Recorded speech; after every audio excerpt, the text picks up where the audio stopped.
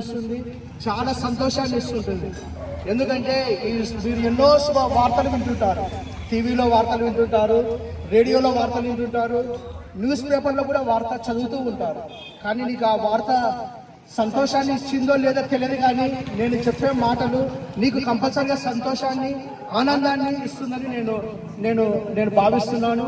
2 నిమిషాలు నా మాటలు వినాలని నేను ప్రార్థిస్తున్నాను, మీకు అందరినీ వేడుకుంటున్నాను.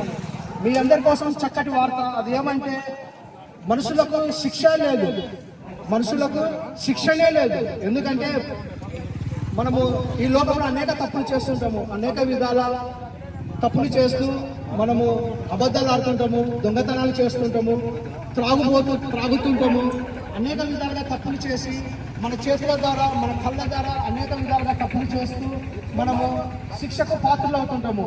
ఈ లోకరీత్యా అయితే కోర్టులు ఉన్నాయి, పోలీస్ స్టేషన్లు ఉన్నాయి. కోర్టుకు వెళ్ళి మనం ఏ పాపానికి తగ్గ శిక్ష ఆ పాపానికి తగ్గట్టు జడ్జి గారు శిక్షిస్తుంటాడు. అదేవిధంగా పోలీస్ స్టేషన్లు కూడా మన పాపానికి తగ్గట్టు, మనం చేసిన తప్పుకు తగ్గట్టు పోలీస్ స్టేషన్లు శిక్షిస్తుంటాయి. కానీ యేసుక్రీస్తు ద్వారా ఎలాంటి శిక్షా విధి లేదు, ఎలాంటి శిక్ష విధి లేదు. మనము అవును, మనుషులను బలహీనులుగానే సృష్టించినారు, మనం తప్పులు చేస్తుంటాము. కానీ మనకు యేసుక్రీస్తు ద్వారా ఎలాంటి శిక్షా విధి లేదు. ఎందుకంటే యేసు ప్రభు ఈ లోకానికి 2000 సంవత్సరాల కిందట ఈ లోకానికి వచ్చినాడు.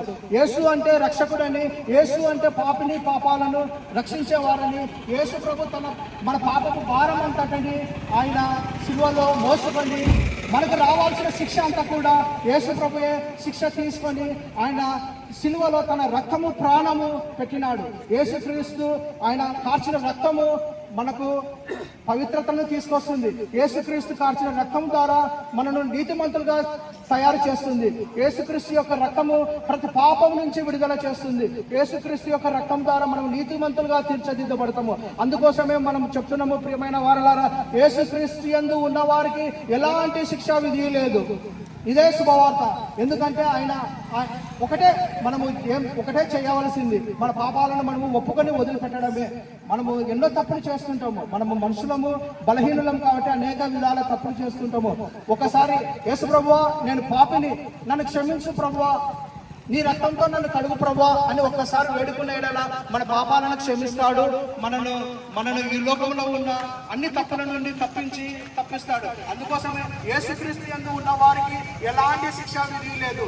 యేసుక్రీస్తు మహాదేవుడు, మహారక్షకుడు. ఈ లోకంలో ఉన్న అన్ని రకాల తప్పుల నుంచి, అన్ని రకాల పాపాల నుంచి తప్పించడానికి క్రీస్తు యేసు ఈ లోకంకి వచ్చినాడు.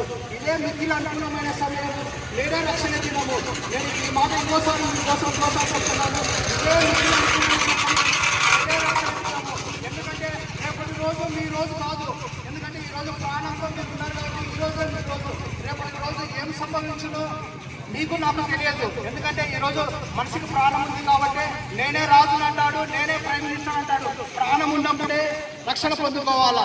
దేవుడి నుంచి వచ్చిన ఆశీర్వాదము ఒకసారి పాపాలను ఒప్పుకొని వదిలిపెట్టాలి. అప్పుడు నువ్వు పరలోకం అనే వైభవాన్ని చూస్తాడు. యేసు ప్రభు అంటున్నాడు, నేనే పరలోకానికి మార్గం అంటున్నాడు. ఆ పరలోకం ఎలాంటిదంటే ఆనందంతో కూడుకున్నది, సంతోషంతో కూడుకున్నది, బంగారుతో చేసిన ఇల్లు, బంగారుతో చేసిన వీధులు.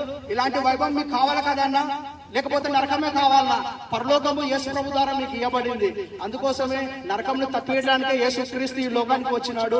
యేసుక్రీస్తు యందు ఉన్న వారికి ఎలాంటి శిక్షా విధి లేదు. నేను ఇంకోసారి చెప్తున్నాను, మనకు శిక్షను తప్పియడానికే యేసుక్రీస్తు ఈ లోకానికి వచ్చినాడు. యేసుక్రీస్తు యందు ఉన్న వారికి ఎలాంటి శిక్షా విధి లేదు. ఈ కొద్ది మాటలతో నేను ముగిస్తున్నాను. మనలోకి ప్రార్థనలోకి నడిపించడానికి